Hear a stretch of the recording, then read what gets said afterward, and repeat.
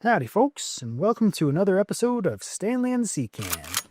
Alrighty, what do we got here today? Well, somebody I know, not going to say names, maybe it was me, maybe it wasn't, was at the Trap Club the other day with a VR66, hammering some clay as we like to do. And as you know, it's semi-automatic, this firearm. Well, what's most of it? If it was all here, you know it's semi-automatic. Anyway, when you fire the cartridge, just as a dummy, as you can see, the primer's gone, everything, it's a weighted dummy, but it is. So after you fire the shell, the carrier comes back and it's going to hit the ejector, and this casing or hull is going to come flying out of the side of the firearm, and it goes and hits Elmer Fudd right in the face or lands on his foot. And boy, oh boy, does Elmer get upset when he's got something like this. This is a standard Ludic monogun where you've got, they take their shots. This would go in there, right? They take their shot, and at the end it opens up and it's just sitting there nice, so they can kind of grab it, flick it, put it in their little purse or whatever they do. And there's no issues with the spent hulls coming to hit anybody. Whereas with a semi, as you fire, this thing comes flying out and it whacks the guy or hits near his foot, or basically any excuse you can give Elmer Fudd to miss a bird or justify missing a bird, they're going to take it. And so you being the young guy on the range or young gal, it's going to be you. It's going to be your cell phone ringing. It's going to be who knows what, but it's going to be you for some reason, right? The smell of your cologne was too overwhelming. Anyway, so what do we got for this is a shell catch. So there's two ways you can really make a VR66 go kind of like so it doesn't kick out the shells and hit Elmer Fudd, right? One way is this thing here just kind of presses on. It's a 3D printed part. You can press it on the top of the receiver, and you want to have a little bit of a gap here. I don't know if you can see. That's just about inch, which puts us just over the width at the back of or the diameter at the back of a 12 gauge shell. So this is a 12 gauge firearm and whatnot. So what that's going to do is allow it. So again, envision that this shell was in the firearm, right? And then the bolt's going to carry it backwards, backwards, backwards.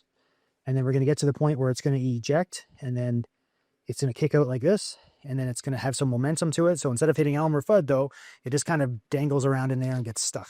It shouldn't, if it was, hitting with some oomph, like if you're actually shooting it, it doesn't fall back in the chamber like that, or the feeding area.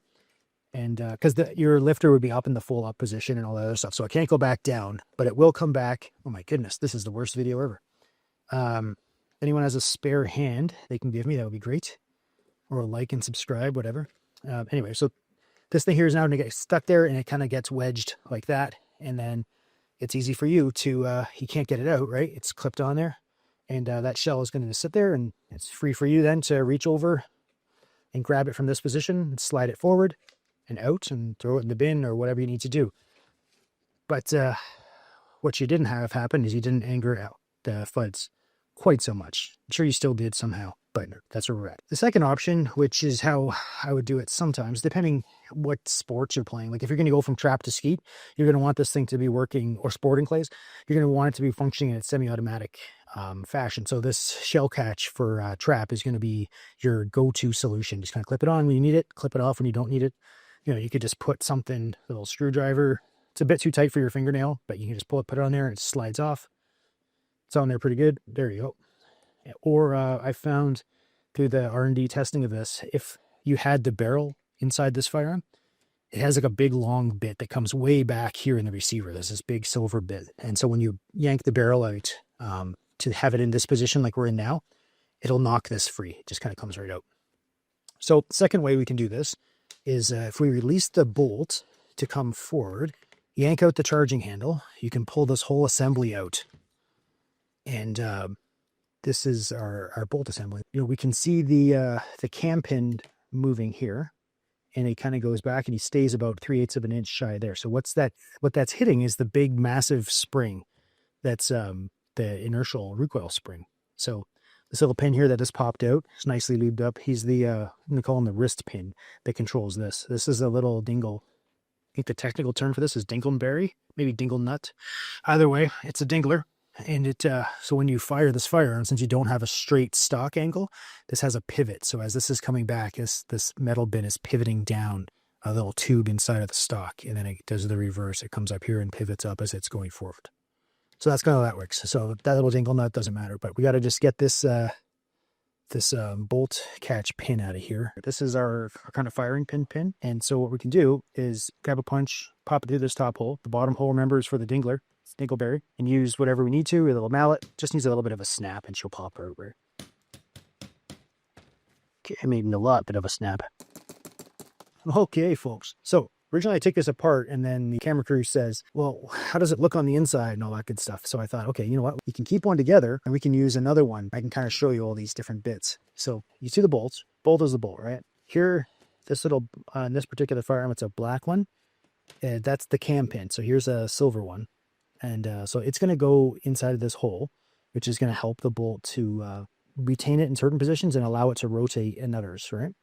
And it's got a little hole drilled through it. Now let's see if we can. Oh, he's stuck in there now. Here we go. This little hole goes for the firing pin to go right through it. So there's a circular hole right through the back face of this, and it protrudes through the front.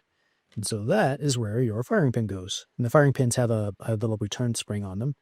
But this is the end here, the business end, that would touch the primer. And this is the end that the hammer would strike in the firearm. So all that kind of stuff goes through here and through the cam pin. So the cam pin's going to be like that.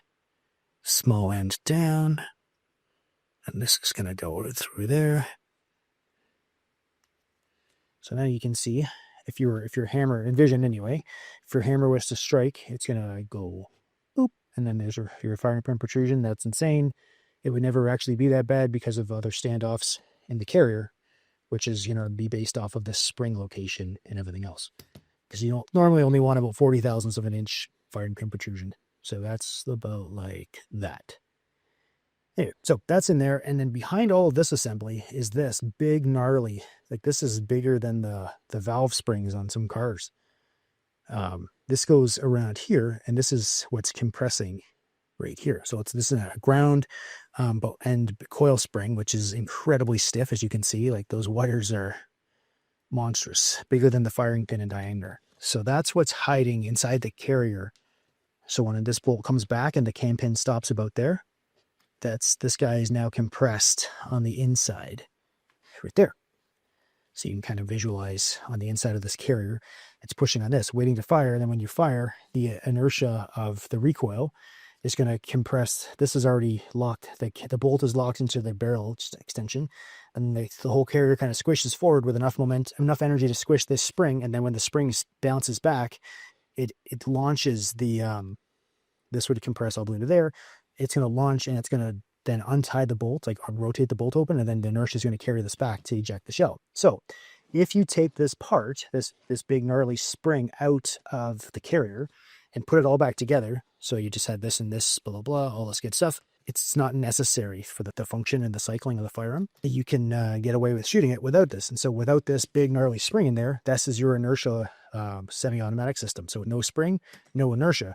So what you'd find at the end of taking a shot would be, let's put this dingleberry back on there. Seems important for something anyway.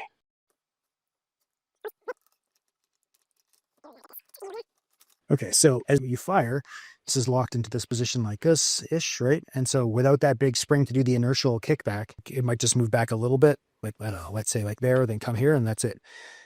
It happens so fast you'll never see it. But the important thing is your spent hull doesn't come out and it doesn't hit helm or FUD beside you, causing troubles.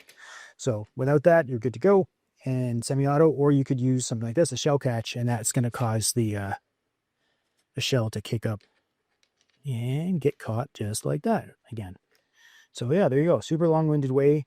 2 different options how to make a VR66 shotgun, or most Benelli M2 Hercanello clones would probably function both the same.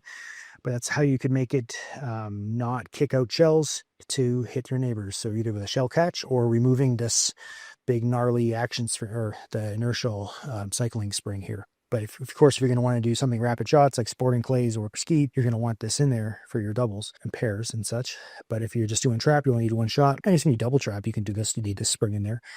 But yeah, I don't think many people are going to appreciate you playing double trap with a semi-auto that ejects out the side anyway. They'd much rather you have an old Farnder. Yeah, there we go. So Just a quick little explanation, a new product there.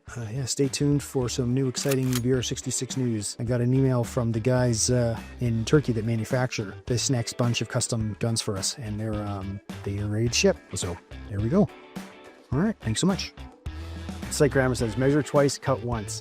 You should double check because Pete probably still cut it too short.